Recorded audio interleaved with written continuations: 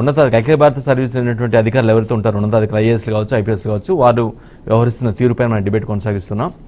Right, Rayapudi వేణుగారు Janasena నుంచి ఉన్నారు. వేణుగారు, ప్రజాప్రతినిధులు మాట్లాడే భాష కానీ లేదంటేనేమో ఐఏఎస్లు ఐపీఎస్ల పట్ల ఆయన ముఖ్యమంత్రి చంద్రబాబు నాయుడు వ్యక్తం చేసినటువంటి ఫీలింగ్స్ ఏదైతే ఉన్నాయో ఆయన భావన, వాటిలో ఆవేదన ఉంది, ఆయన భావనలో ఆవేదన ఉందా, ఉందనుకుంటున్నారా? ముందుగా వెంకటేష్ గారు మీకు, అదేవిధంగా బీఆర్కే న్యూస్ యాజమాన్యానికి, ప్రేక్షకులకి, అదేవిధంగా ఈ చర్చలో పాల్గొన్నటువంటి పెద్దలు సహిదా గారికి, జగదీష్ గారికి మా జనసేన పార్టీ తరఫున హృదయపూర్వకమైనటువంటి నమస్కారాలు తెలియజేస్తాం. ఎందుకంటే మీకు ముందుగా అభినందనలు చెప్పాల్సినటువంటి అవసరం ఉంది.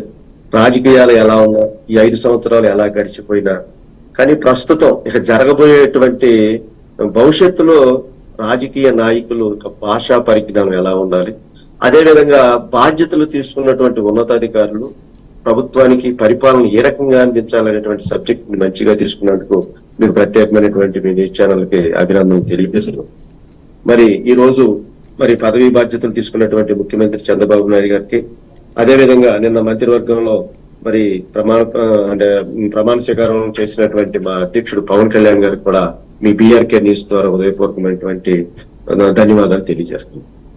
ఎందుకంటే వాళ్ళ పెద్దలు ఇద్దరు సైదా గారు కానీ జగదీష్ గారు కానీ చాలా వాల్యుబుల్ పాయింట్లు చెప్పారు. ఇవాళ దానికన్నా ముందు కూడా ఈ 5 సంవత్సరాల నుంచి పడినటువంటి భాష, భారత రాజ్యాంగం మనం కల్పించినటువంటి దాదాపుగా ఏదైతే ప్రాథమిక హక్కుల్లో వాక్ స్వాతంత్ర్యం ఉందో దాన్ని పూర్తిగా ఈ 5 సంవత్సరాల్లో కూడా తొంగలో తొక్కినటువంటి వాస్తవ పరిస్థితులు అందరూ కూడా ప్రజలు గమనించారు.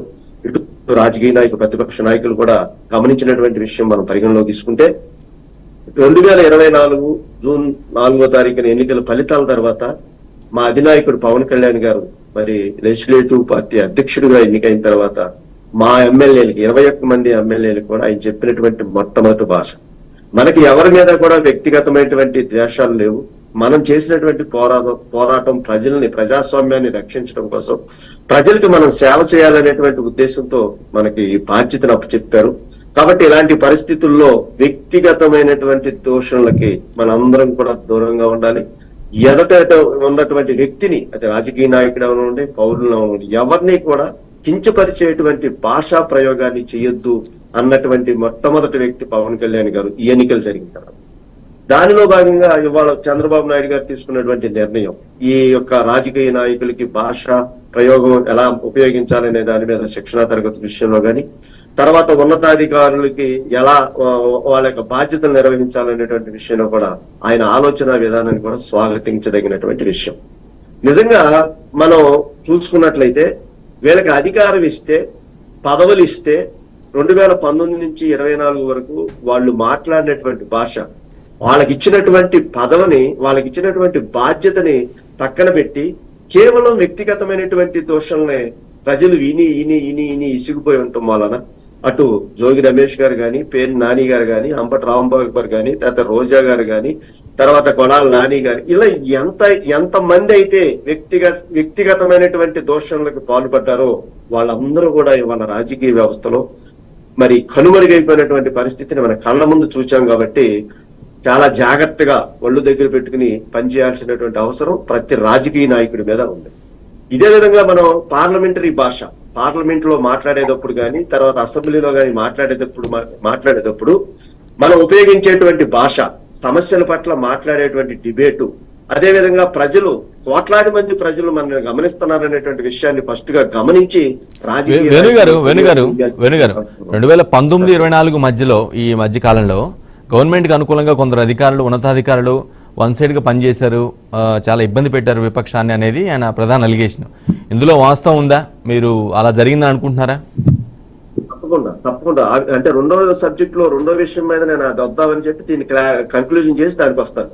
కాబట్టి ఎలాంటి భాష ఉపయోగించవద్దు అనేది అందరం కూడా కట్టుబాట్లు, నియమాలు పెట్టుకుని పార్లమెంటరీ భాష వాడటం అనేది అది మొదటి ప్రధానమైనటువంటి శిక్షణ అనేది చాలా అవసరంగానే భావిస్తున్నాం. అది చాలా అవసరం. దీనికన్నా ఉదాహరణ ఏంటంటే, మనం ఇవాళ రాజీవ్ గాంధీ గారు కానీ, తర్వాత వాజ్పేయి గారు కానీ, తర్వాత పివి నరసింహారావు గారు కానీ, తర్వాత పెద్ద రోషి గారు కానీ, భాష అంటే మేము విన్నటువంటి మనం చూసినటువంటి అసెంబ్లీ యొక్క భాషలో మనం చూసినట్లయితే చాలా స్పష్టంగా అంటే ఎదటి మనిషికి చలోక్తులతో కూడినటువంటి భాష మాట్లాడినప్పటికీ కూడా సబ్జెక్టుని చాలా ప్రజలకి ఆ మాట్లాడే వాళ్ళు కూడా అర్థమయ్యేటటువంటి ప్రయోగాన్ని వాళ్ళు పదజాలం ఉపయోగించేవాళ్ళు. మరి ఒకరికొకరు ప్రతిపక్షాలు అధికార పక్షాలు రెండు కూడా గౌరవించుకునేటువంటి విధానం. ఒకనొక టైంలో వాజ్పేయి గారికి మూత్రపిండాలకి సంబంధించిన వ్యాధి కోసం రాజీవ్ గాంధీ గారు అమెరికా వెళ్తుంటే మరి ఆయన్ని కూడా ఆయన వెంబటే తీసుకెళ్లి అమెరికాలో వైద్యం చేయించినటువంటి వాజ్పేయి కొరకు తెలియనటువంటి విషయాన్ని అక్కడ దాకా తీసుకెళ్లినటువంటి విషయం ఒకళ్ళొకళ్ళు గౌరవించుకునేటువంటి విధానమే ఇవాళ ప్రజలు కూడా అర్థం చేసుకున్నటువంటి విధానం గతంలో ఉంది. కానీ ఇప్పుడు వచ్చిన తర్వాత కేవలం కక్షపూరితమైనటువంటి వాతావరణంతోనే ఈ 5 సంవత్సరాల కాలం గడిపారు. వాళ్ళు ప్రజల్లో చిత్తుగా ఓడిపోయి వాళ్ళ ఇళ్లకాడ కూర్చున్నటువంటి విషయం. అది రాజకీయ నాయకులు. రెండోది మీరు అడిగిన ప్రశ్న ఉద్యోగస్తుల గురించి అడుగుతున్నారు. నిజంగా 2019 నుంచి 24 వరకు కూడా ఎక్కడి నుంచి వస్తున్నారు ఈ ఐఏఎస్లు ఐపీఎస్లు? ఎవరైతే ఈ ప్రభుత్వానికి అనుకూలంగా ఎవరైతే అది ముఖ్యమంత్రి చెప్పినటువంటి మాటలు వినేటువంటి అధికారుల్ని ఎన్నుకుంటున్నారు. ఇవాళ వాళ్ళు చదువుకున్నటువంటి ఐఏఎస్లు వాళ్ళు వచ్చినటువంటి ఎన్నికైనటువంటి ఐపీఎస్లని పక్కన పెట్టి ఒక పార్టీ కార్యకర్తలాగా వ్యవహరిస్తున్నారంటే చాలా బాధాకరమైన విషయం. దానిలో ఇదంతా దీనికంతటికి ప్రధానమైనటువంటి కారణం ఒకటి ఉంది. 40 మంది సలహాదారుని మన జగన్మోహన్ రెడ్డి గారు అట్టిపెట్టుకుని కేవలం సకల శాఖ మంత్రిగా పేరు తెచ్చుకున్నటువంటి సజ్జల రామకృష్ణారెడ్డి లాంటి ఒక అనఫిషియల్ రాజ్యాంగేతర శక్తి ఇవాళ ఐఏఎస్ ఐపీఎస్ కూడా నియంత్రించేటువంటి పరిస్థితి గత 5 సంవత్సరాల్లో కూడా చూడటం వలన ఇవాళ ఐఏఎస్ ఐపీఎస్ కూడా వాళ్ళ యొక్క అధికారాలని వాళ్ళ యొక్క పక్కన పెట్టి వాళ్ళకు స్వతంత్రత కలిగినటువంటి చట్టాలు వాళ్ళ చేతుల్లో ఉన్నప్పటికీ కూడా వాళ్ళ చేతులు కట్టేసి వీడు మావోడు, ఇది మేం చెప్పిన దాన్ని నువ్వు అమలు చేయి తప్ప ప్రజలకి ఏం కావాలో మేం చూసుకుంటాం, మేం చెప్పింది నువ్వు చేయి తప్ప నువ్వు చెప్పింది మేము వినమనేటువంటి ద్వారంలో వాళ్ళకి కావాల్సినటువంటి అధికారులను తెచ్చుకోవటం మూలాన వాళ్ళు వేణుగారు ఈ పరిస్థితి ఓన్లీ ఈ కేబినెట్ ఈ పీరియడ్ లోనే జరిగిందా? అంతకు ముందు కూడా జరిగినాయా? లేదంటే దేశవ్యాప్తంగా కూడా అన్ని రాష్ట్రాల్లో కూడా ఇటువంటి పరిస్థితి ఉందనుకోవాలా?